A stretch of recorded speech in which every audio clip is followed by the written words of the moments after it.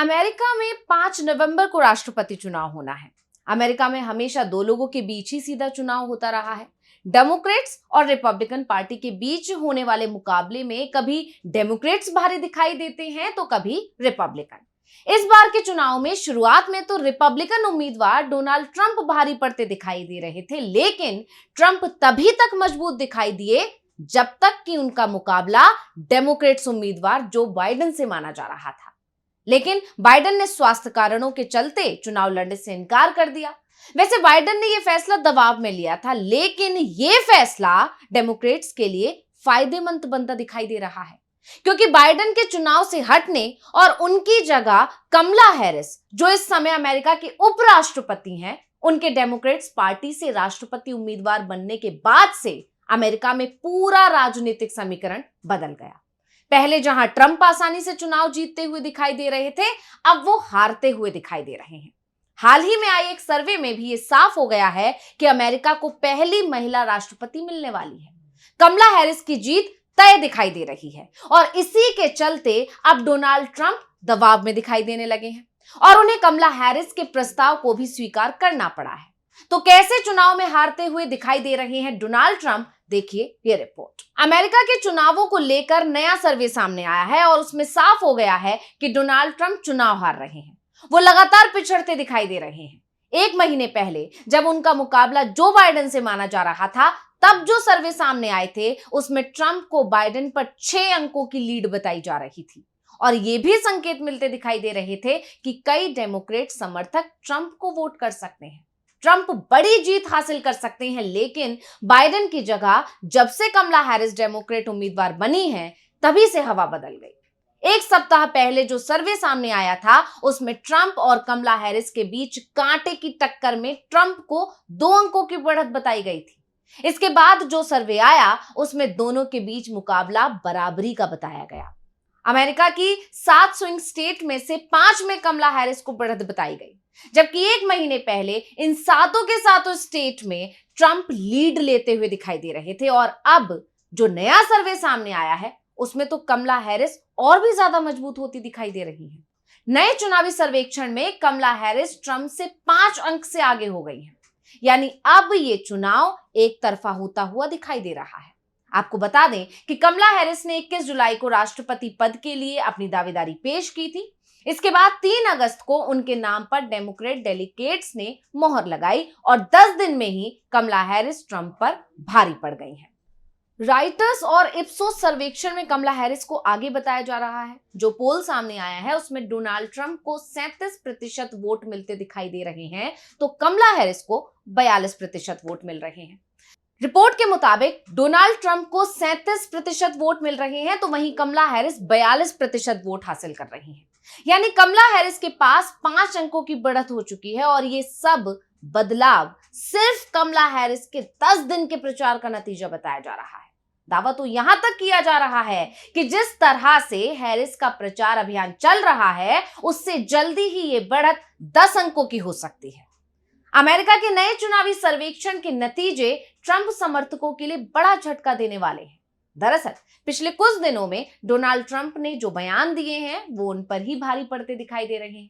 खास तौर पर ईसाई समुदाय को अपने पक्ष में करने के लिए उन्होंने धार्मिक ध्रुवीकरण पर जोर दिया और उनका ये दाव उल्टा पड़ता दिखाई दे रहा है। धार्मिक रूप से अल्पसंख्यक समुदाय ट्रंप के खिलाफ खड़ा हो गया है।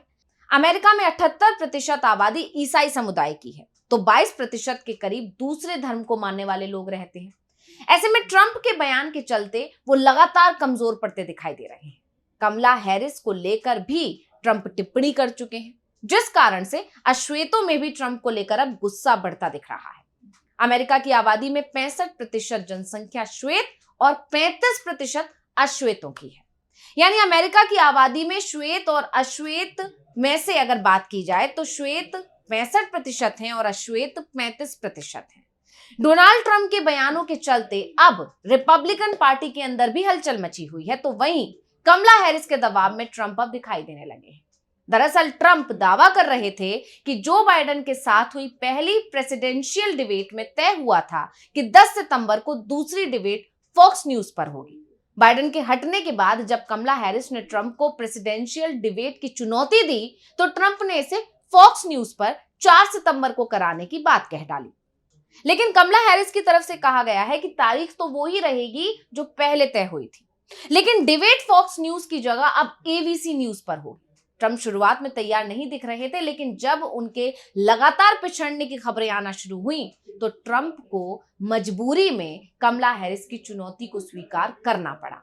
अमेरिकी व्यापारिक टेलीविजन प्रसारण network American broadcasting company ABC ने भी ऐलान कर दिया है कि अब 10 सितंबर को ट्रंप और हैरिस के बीच में डिबेट कराई जाएगी।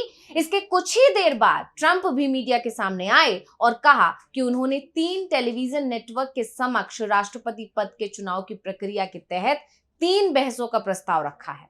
हम सितंबर में कुछ निश्चित तारीखों पर सहमत हैं। अमेरिका में प्रेसिडेंशियल डिबेट का आरंभ से ही चलन रहा है, यानी शुरुआत से ही चलन रहा है। इसमें दोनों पार्टी की तरफ से राष्ट्रपति पद के लिए फाइनल हो चुके उम्मीदवारों के बीच राष्ट्रीय मुद्दों पर आमजनों के बीच जोरदार और आमने सामने की बहस होती है। इस दौरान दोनों नेताओं के बीच जमकर आरोप प्रत्यारोप भी होते हैं। इसके साथ ही देश के लिए उनका विजन क्या है ये भी बताना होता है। इसके बाद यह तय होता है कि डिबेट में कौन भारी पड़ा या कौन कमजोर रह गया। इस बहस के आधार पर ही जनता और डेलीगेट्स संबंधित उम्मीदवार के पक्ष या विपक्ष में वोटिंग करने का अपना मूड बनाते हैं। ऐसे में इस बहस में हार जीत का मतलब असली चुनाव की दिशा और दशा तय होना होता है। हालांकि इन सब के बीच एक सवाल ये भी उठ रहा है कि कमला हैरिस ने आखिर पहले से तय फॉक्स न्यूज पर प्रेसिडेंशियल डिबेट कराने के ट्रंप के प्रस्ताव को क्यों स्वीकार नहीं किया।